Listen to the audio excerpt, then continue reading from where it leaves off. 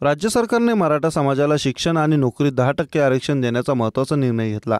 मंगळवारी 20 फेब्रुवारी रोजी बोलवण्यात आलेल्या एक दिवसीय विशेष अधिवेशनात या आरक्षणासंदर्भातील विधेयक एकमताने मंजूर करण्यात आले। मात्र या विधेयकावर मराठा आरक्षणासाठी उपोषणाला बसलेल्या मनोज जरांगे यांनी आक्षेप व्यक्त केला आहे। आम्ही या 10% आरक्षणाचे स्वागतच करतो, मात्र आम्हाला ओबीसीतून आरक्षण हवे आहे।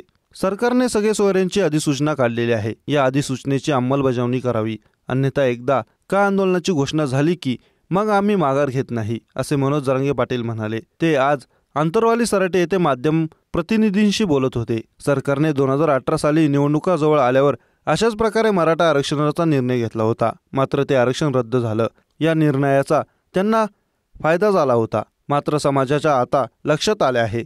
अगोदर आमचे तरुण फसले होते, आमच्या तरुणांचे नुकसान झाले। आता दिलेले आरक्षणही अगोदर सारखेच आहे। लोकांच्या लक्षात आले आहे की आरक्षण जाणारच आहे।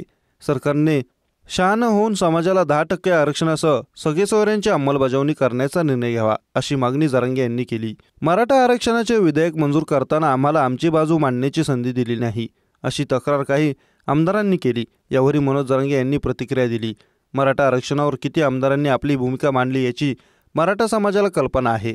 मराठा आरक्षणाच्या बाजूने किती आमदारांनी भूमिका घेतली, किती आमदार शांत होते, याचा सर्व लेखाजोखा आमच्याकडे आहे। या अधिवेशनात सगळे सोयऱ्यांच्या निर्णयाबाबत एकही आमदाराने भूमिका मांडली नाही। आमदारांनी डोक्यातील थोडी हवा कमी केली पाहिजे। ज्या जनतेने आपल्याला मोठे केले त्यांच्यासाठी आपण काय केले हे एकदा पाहिले पाहिजे। आमदारांना वाटते आम्हाला कोणीही काहीही करू शकत नाही, अशी टीका मनोज जरांगे यांनी केली। सगळे सोयऱ्यांच्या अधिसूचनेची लवकरात लवकर अंमलबजावणी करावी, अन्यथा आम्ही पुन्हा एकदा आंदोलन करू, असा इशारा जरांगे यांनी सरकारला दिला। जनतेचा अजूनही 1 ते 2 दिवस या सरकारवर विश्वास आहे। एकदा का आंदोलनाची तारीख ठरली की मग विषय संपला, असे जरांगे यांनी स्पष्टपणे सांगितले। लोकसभा आणि विधानसभा निवडणूक अवघ्या काही दिवसांवर आली आहे। सरकारने सगळे सोयऱ्यांच्या अधिसूचनेवर निर्णय न घेतल्यास निवडणुकीवर बहिष्कार टाकणार का, असा प्रश्न जरांगे यांना विचारण्यात आला। याचे उत्तर देताना निवडणुकीवर बहिष्कार टाकण्याचा मुद्दाच नाही, कारण मराठा आरक्षणाचा मुद्दा हा फार ज्वलंत आहे, तो निवडणूकच घेणार नाही। आरक्षणाचा ज्वलंत मुद्दा असताना ते निवडणूक घेण्याचा निर्णय घेणार नाहीत। सगळे सोयऱ्यांच्या बाबतच्या अधिसूचनेची अंमलबजावणी केल्यानंतर सरकार निवडून येईल।